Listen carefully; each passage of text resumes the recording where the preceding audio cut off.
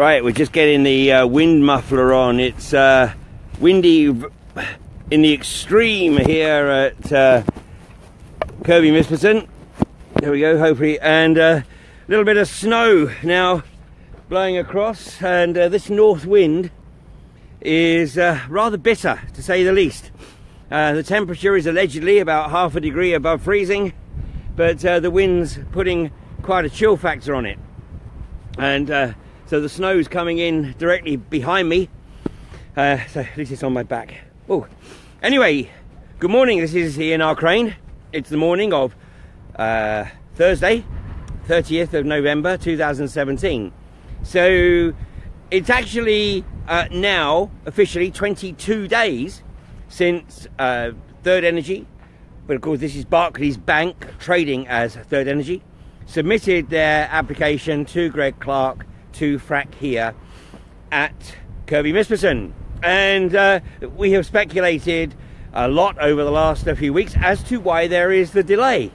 Well, last night it was revealed that part of the delay was directly due to a little loophole in the Infrastructure Act that needed to be rectified.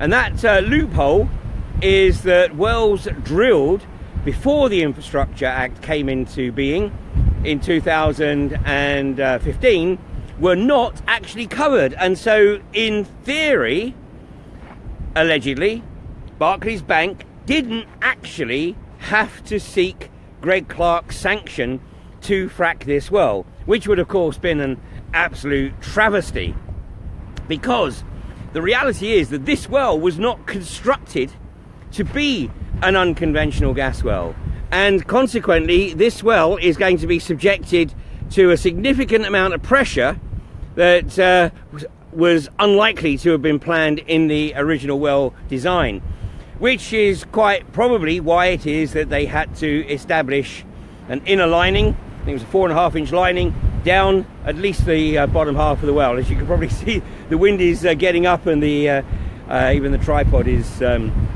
starting to vibrate a little bit. I'm guessing that the wind, ooh, this is driving sleet now. I say, fortunately it's on my back rather than in my face. Anyway, that little loophole is about to be rectified today in Parliament, where Greg Clark will submit to Parliament the document that will simply effectively get the rubber stamp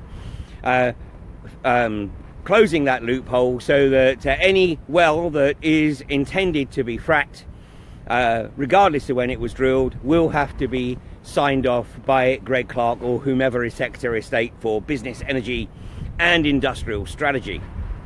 Well, as we have also acknowledged, there have been a number of documents submitted to Greg Clark, and although I can't actually make the confirmation right now, I do believe that a couple of legal challenges have also been put in to try to prevent Greg Clark from committing effectively political hurry-curry. Because if you sign off on this, Greg, it might take a little while, but your political career will effectively be over. Because whether it's here or whether it's elsewhere, but a little way down the road, the magnitude of the problems associated with this industry will start to manifest, and your name will be forever attributed with the guy who signed this off. Now, meanwhile, it's obviously also time to remind Barclays customers that it is their bank that is looking to frack here at Kirby Misperton. So over the last 2 days, Barclays banks in Scarborough, Whitby and Moulton, Harrogate, Ripon, Thursk, Keighley and Skipton have all been tagged, and the team have been going to the banks and letting the bank staff and their customers know how they feel about Barclays Bank being the prime mover behind this frack here at Kirby Misperton.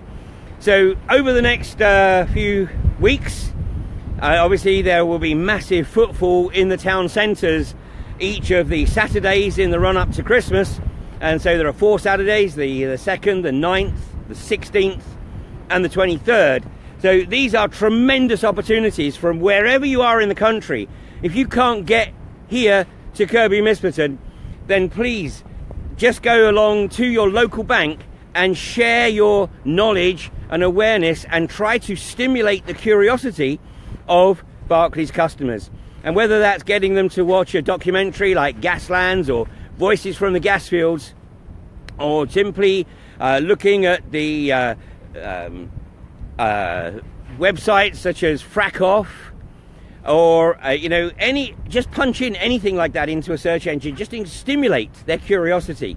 Of course, Russia Today has recently run a piece on the links between prenatal and postnatal deaths and brain damage as a result of the proximity of hydraulic fracturing. But of course the BBC will spin that as once again Russia trying to shut down the nascent unconventional gas industry.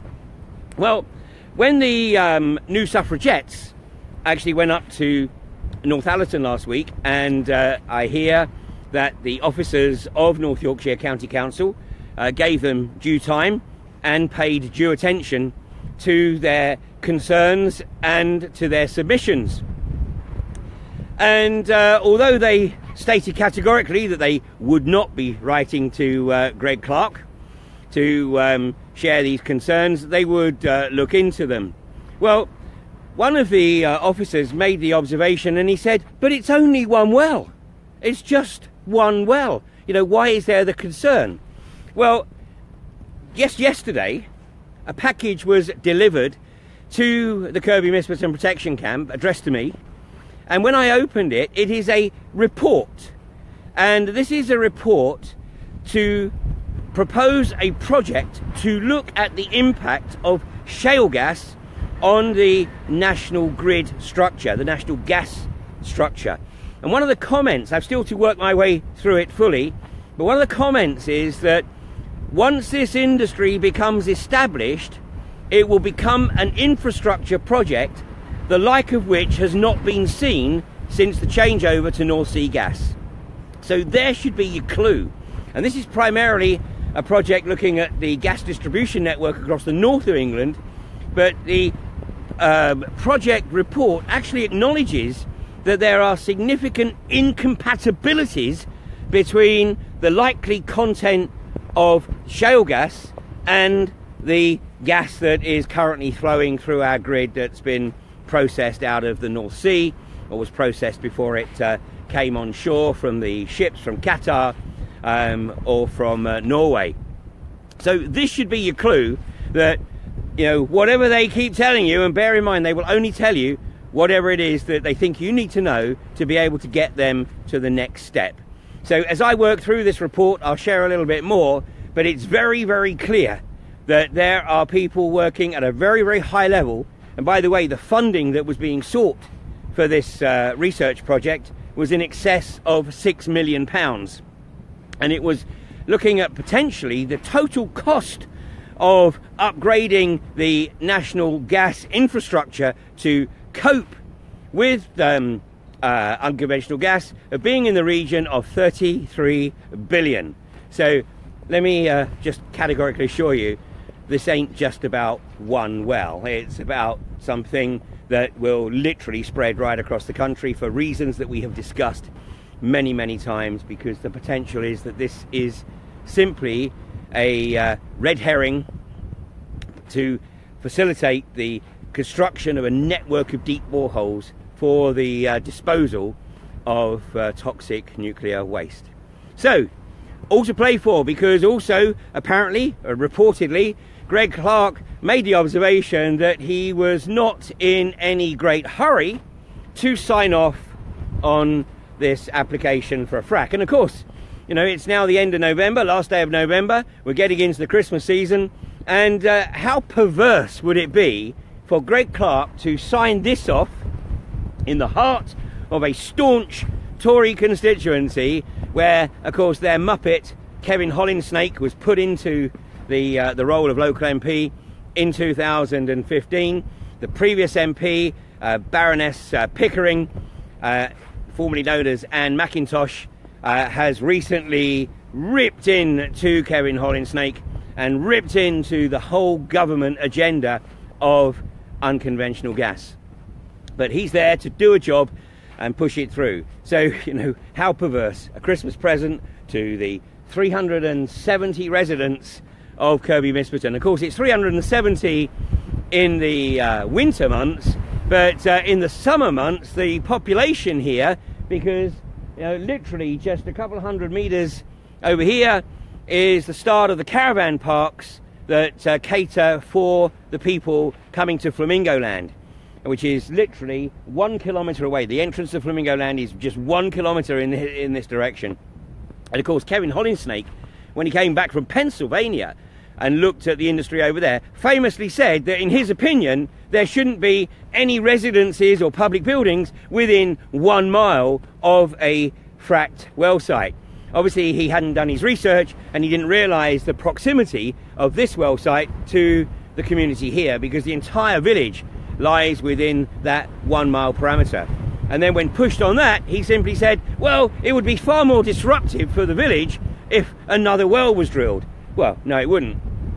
Actually, the disruption and the long-term impact of fracking this well here is going to be very, very significant. And of course, you know, what is also unknown is exactly what's going to happen with the fluids.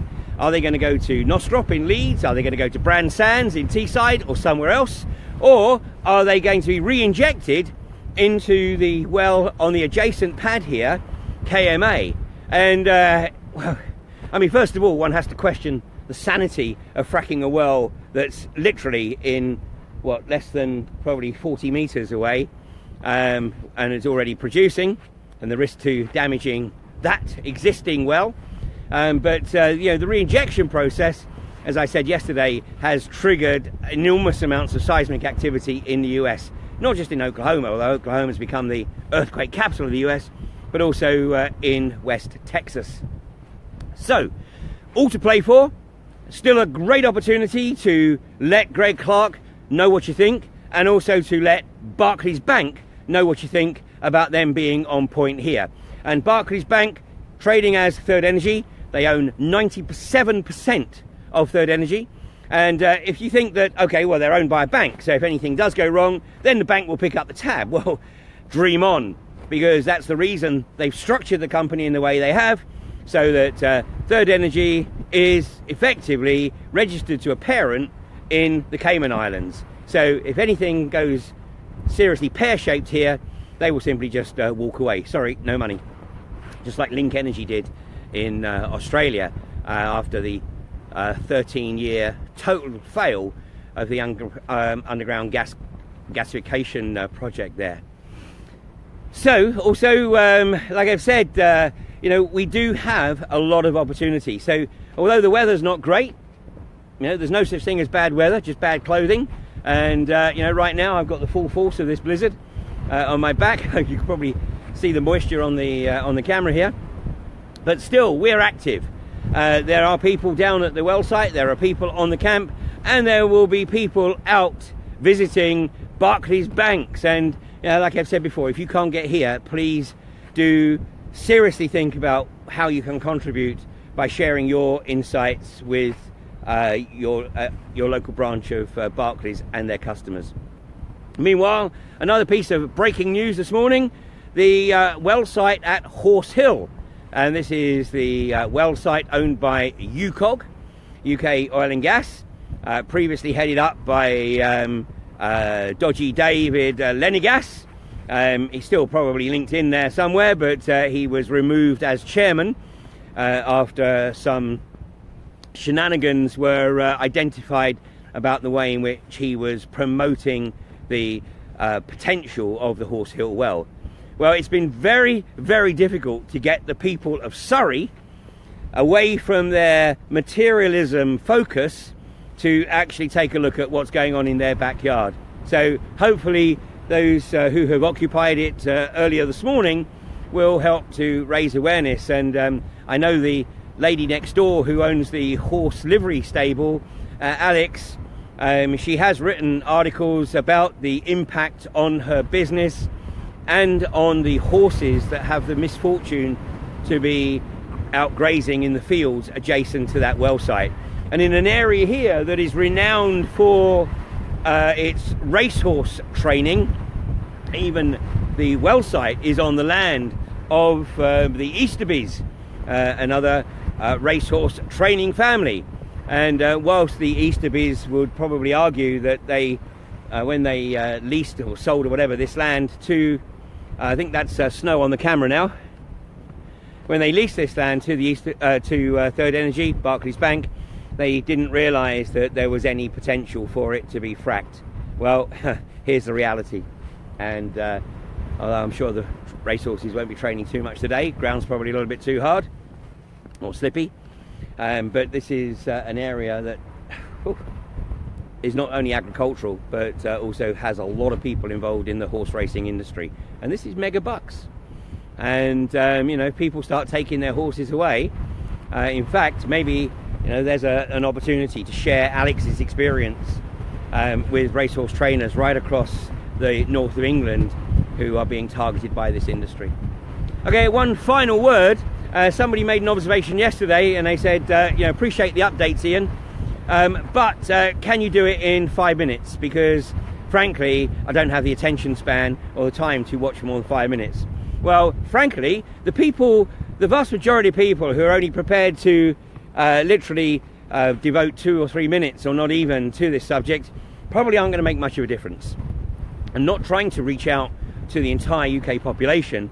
I'm simply trying to reach out to those that are still capable of independent thought, those who are capable of discretion and discernment, of seeing through all the BS that's pumped out by the government and the industry and coming to their own realization of what this will do, and you know, hopefully just trying to stimulate that curiosity a little further. So my apologies that you know, it's a little bit too long for you. Just think yourself lucky that it's not an hour long. We'll keep it at 15-20 minutes for each day though, and hopefully you can work with that. So meanwhile, I'm going to go get a coffee. The blizzard is gathering pace, and as I say, fortunately it's on my back. I've got about a half-a-mile walk across the fields back to my car, and then I think I'm definitely going to warm my feet up. So thanks again. I will be back tomorrow. Keep close tabs on what's going on with Greg Clark, because obviously we need as many people as is possible to share the information once if he signs off on this, or if he does the right thing and says, you know what, Barclays Bank trading as Third Energy are not fit for purpose. I don't have the confidence, and frankly I'm not going to put my political career on the line for a dodgy cowboy outfit here in North Yorkshire. So thanks for joining me, and I'll catch up with you. Hopefully I'm not wading through snow, but we'll catch up with you at the same time tomorrow morning. Thanks a lot.